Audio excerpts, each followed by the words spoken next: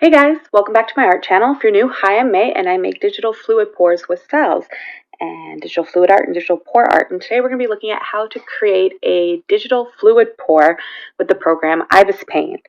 IbisPaint is a free program that you can use on Android and or iOS tablets or your phone. I've purchased the version of IbisPaint that has no ads. I think it was $10 to $15.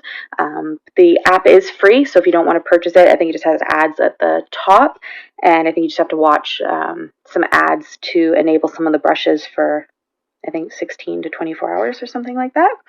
So yeah, if you have this program and you want to create some digital fluid pours, stick around. This is some of the stuff I've already created, which turned out pretty cool. This one is melting snowflakes that I do have currently for sale. Hopefully, this one's Mystic Toadstool. It should hopefully be up for sale when this tutorial goes up or shortly thereafter. So once you have IbisPaint open, we're going to create a canvas. I like to start with 2400 by 1680 with a DPI of 600. You can do a higher DPI of around 1000, but I find the program doesn't work very well. The higher the DPI, the slower the program is, and the lower the DPI, the better it seems to work. So once you have your dimensions, you hit OK. And we're going to shrink our canvas size down. Now the main difference with having the paid version versus the free version is the free version will have ads playing along the top here, and when you select your brushes, you might have to watch an ad to be able to activate all of the brushes. And it's usually a very quick ad, and it's nothing too terrible. And to start, we'll look at a few different ways on how to create a digital fluid pour, because they have the special pen that you see here on the sidebar, and they didn't always have that, so I used to create them two different ways. So we'll look at that as well. But first we'll do our color palette, which I've already pre-selected, which is right here. So feel free to screenshot the screen if you'd like to follow along exactly, or feel free to pick your own colors. I usually like to stick around 3 to 6 colors, seems to work best. You can do as many as you like, but it can get a little complicated. And yeah, so once you have your colors, we're going to pick a brush. We'll stick with a basic brush, but there's so many you can choose from. One I like to use quite often is Watercolor Real. It's a good one to start with. And I like to go on a second layer as well. Now, do I want to do a black background or a white background? Or color background? I think we'll stick with black for today. Do a color background and have some fun. Now, if you find, like right now, my brush goes all the way up to the maximum canvas size, which is 4096 pixels, which means I can scale it quite large. Not all brushes scale that large. However, it's very easy to fix. When you're on your brush, all you do is go to settings and under maximum thickness, put it up all the way, and it will be able to go as large as you like. Some of them have presets a bit lower. Okay. And then once you have a size that you like, we'll start picking our colors and laying them randomly on the canvas. And the harder you push, the more color will lay down, and the lighter you push, the lighter it will be. You kind of get those interesting textures from the watercolor brush.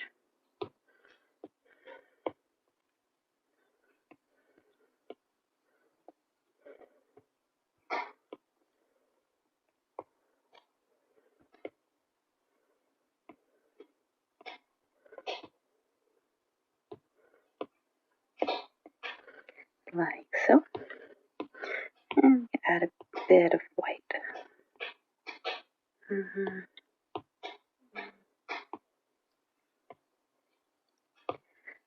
Just a little bit. Alright.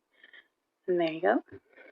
So when you have something like this, the easiest way that you can manipulate your digital pour is using the special pen and using the drag feature, and kind of have fun with it. And you can push it around, but I find the drag feature, it's not as fluid as, let's say, Procreate.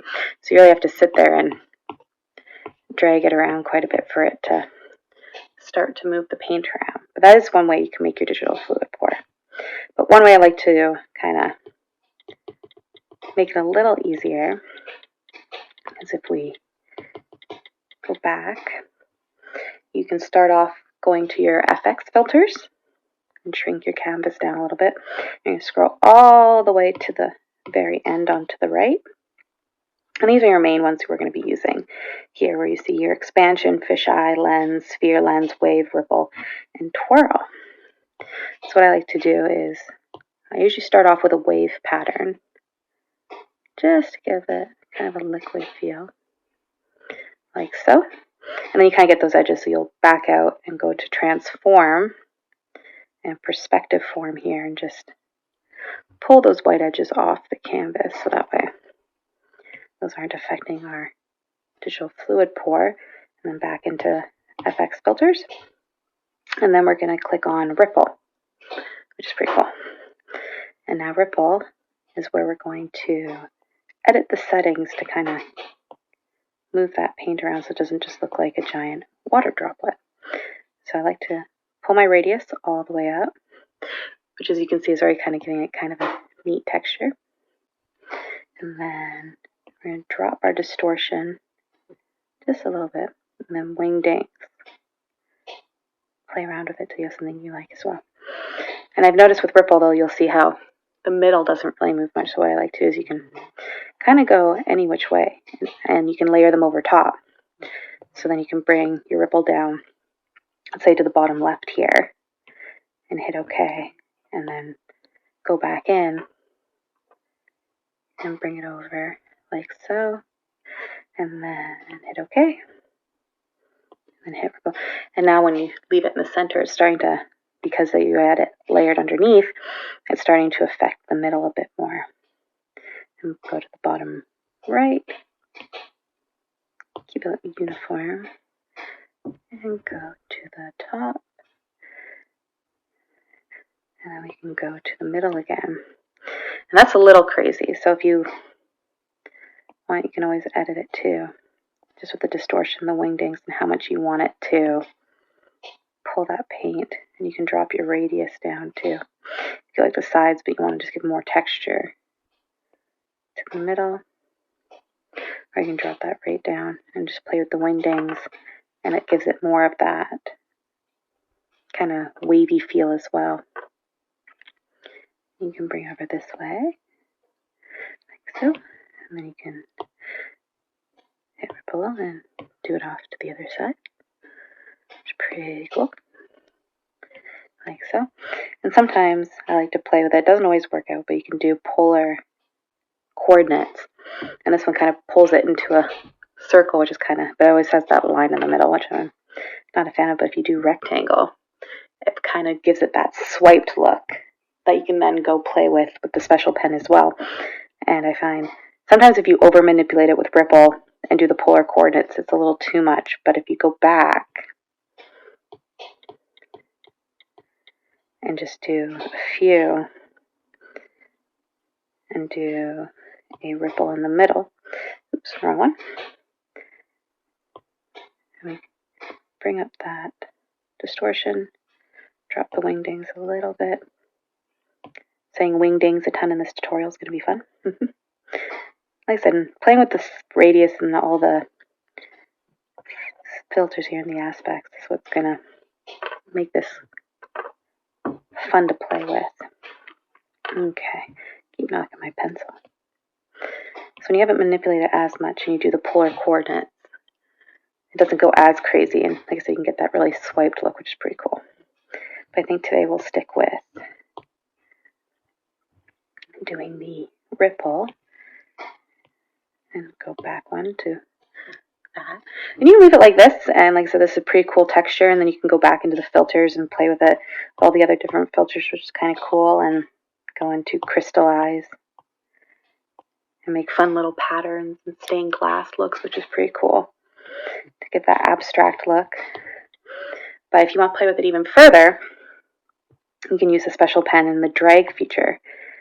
And I find, now that you have the base of it, going around and using the special pen to kind of manipulate those ripples to make it more liquid feel instead versus a ripple or a droplet of water is a little easier now because you have the base and now it's just kind of pulling the paint as if you're tilting the canvas instead of having that uniform rippled look. I know IbisPaint can have some lagging issues as well. And I found one way to fix that is, I haven't done it in a while, I might have to do it too, to make it so my brush moves a little better instead of, oops, sorry, that's my water bottle, make sure to stay hydrated. But yeah, you can see here it's kind of lagging a bit, and sometimes just deleting the program and reinstalling it can help fix that, or clearing all your cache. I find for me, even after I clear my cache, sometimes it doesn't work and I need to just delete it and reinstall it, but make sure to download all your artwork off the gallery so that way you're not losing anything that you've done. Because if you don't download all your artwork and you go in and uninstall the program, it will not be there when you reinstall it. Which, I'm not going to lie, I have made that mistake before. But yeah. And once you have something you like, that's how you make a digital fluid pour on IbisPaint. And it's pretty cool. And that's using the filter FX options and the special pen. Now there is a way to do it without the special pen if you want to. We'll go through that one next, but pretty cool. So we'll hide that one and we'll start I'll try a white background this time and see how that one kind of turns out. I'll go into our colors here and put a white base. Make sure it actually does the white base. And back into our real colors. Oh,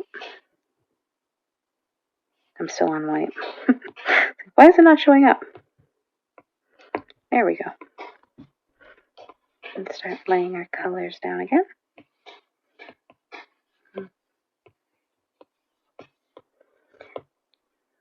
So, like I said, this is so relaxing to play with.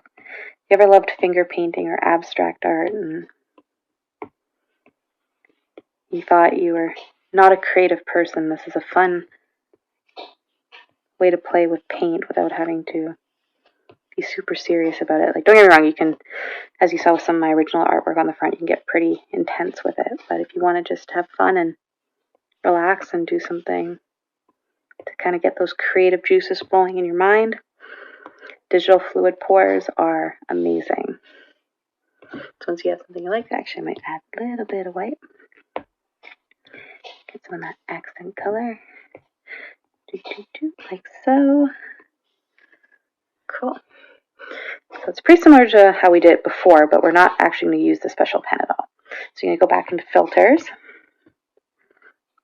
And we're going to start with wave again. And then hit OK, back out, go back to transform, perspective form, and pull those edges so they don't get pulled in when playing with the other filters. And do ripple, pull up that distortion. This time I'll just do the two sides. I'm actually really liking this with the white background. It's really quite pretty. And then sometimes I like to see halfway what it would look like with the polar coordinates and kind of see how it will turn out if I like it better.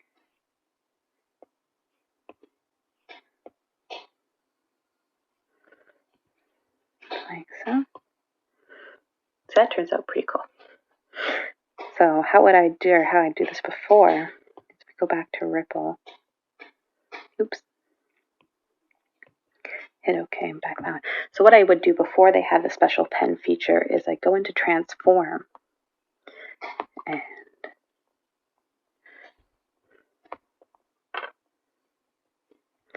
move my canvas if it will let me. Come on.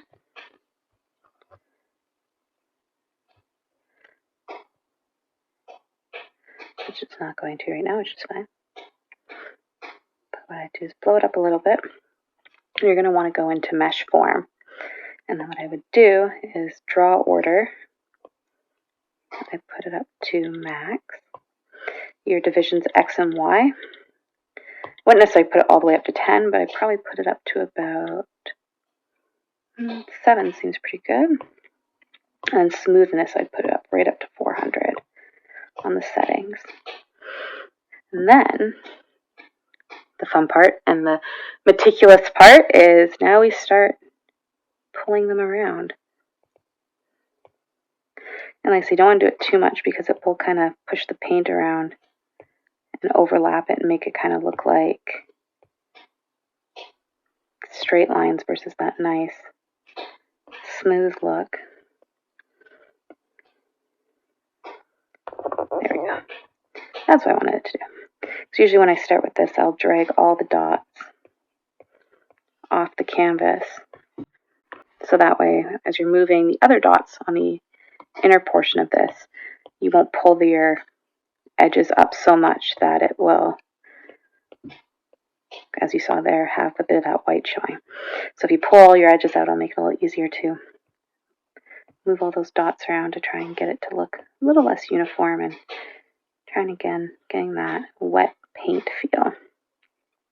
And again, looking at real acrylic pours and real pour arts are great references. Kind of get that idea of how the paint will flow as you move it around.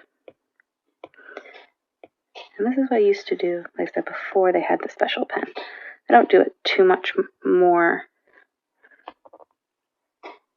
I don't use this option much anymore, but it is a great way to start out with and getting a feel of the program and how everything works.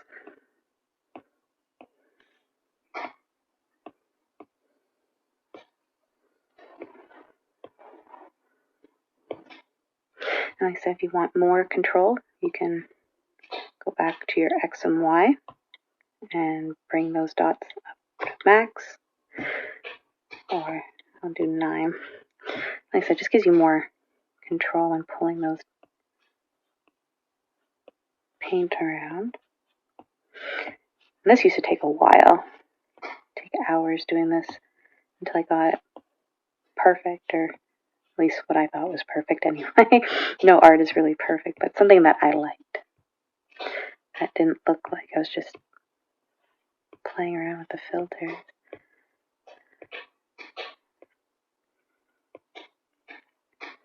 Gotta make sure you're right on the dot or you'll end up moving your canvas around a little bit. Like so.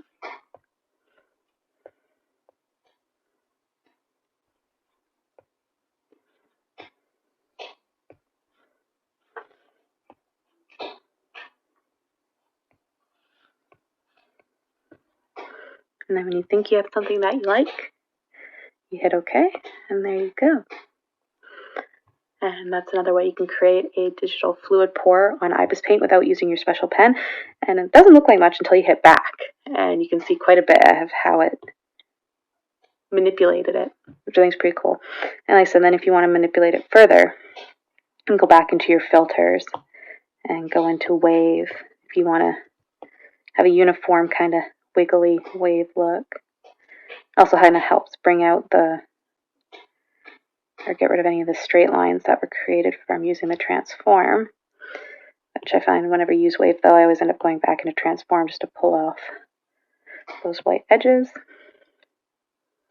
And then go back in and play with the ripple. Actually, you can even play with the twirl. The twirl's a pretty cool tool because you can kind of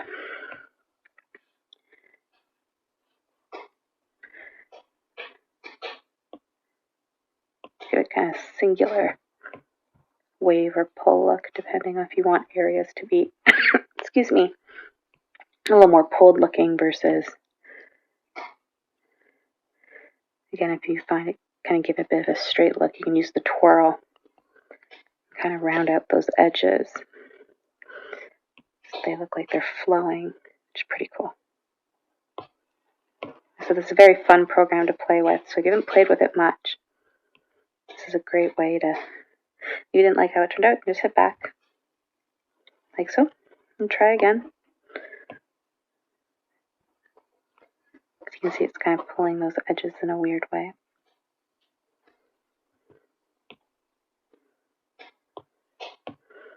And twirl. And I think that's pretty cool. And there's two different ways that you can create a digital fluid pour with IbisPaint. I think it's pretty awesome. And like I said, if you do any of these tutorials and want to give it a try, definitely tag me in your guys' art and follow me on my socials and tag me on Instagram, because I love seeing everybody's creations and what you guys come up with and kind of grow our little art family. And yeah, these are how you make digital fluid pours.